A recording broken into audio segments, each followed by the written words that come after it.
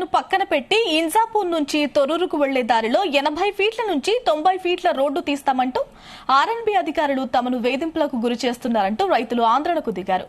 ఒక 25 సంవత్సరాలుగా ఈ రోడ్డును గుర్తించిన కోర్టులో చుట్టూ తిరుగుతున్నామని, విలేజ్ మ్యాప్ అలాగే నక్షాలని, అదేవిధంగా ఇంకా ఏమైనా రోడ్డుకి జాగా అవసరం ఉంటే అటువైపు ఇటువైపుగా ఉన్న రైతుల వద్ద నుంచి జాగా సమానంగా తీసుకోవాలని కోర్టు ఆర్డర్ ఇచ్చినా కూడా అధికారులు పట్టించుకోవడం లేదని ఆగ్రహం వ్యక్తం చేశారు. ఎవరో కావాలని మాపై ఒత్తిడి కలిగిస్తున్నారని ఆరోపిస్తూ ఆందోళనకు దిగారు రైతులు. తమకు ఎలాగైనా న్యాయం చేయాలంటూ డిమాండ్ చేస్తున్నారు.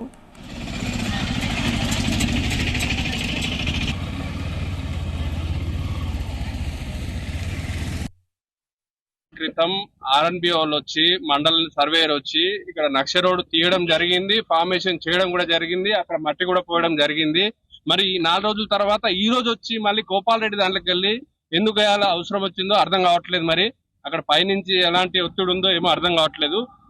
మేము కోరుకున్నది ఒకటే, గత 30 సంవత్సరాల నుంచి రోడ్లో తిరిగి మా బండ్లు ఖరాబ్ అవుతున్నాయి, మేము ఇబ్బంది పడుతున్నాము.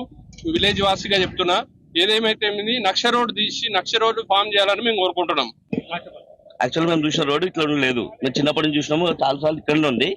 అయితే బై మిస్టేక్ వీళ్ళు ఇప్పుడు నక్ష రోడ్ అన్నారు కదా, సరే నక్ష రోడ్ ఇక్కడ నుంచి కాదు, మన బుడ్డ అవతల ఇంకా జెడ్పీహెచ్ స్కూల్ ఆక్రమించి అక్కడ కొంతమంది, అక్కడ నుంచి బ్లాక్ 60 ఫీట్ రోడ్ ఉంది, అక్కడ నుంచి వెళ్ళి మన కృష్ణా అవతలకి వెళ్తుంది, సాబ్నగర్ కనెక్టింగ్ రోడ్ ఉంది.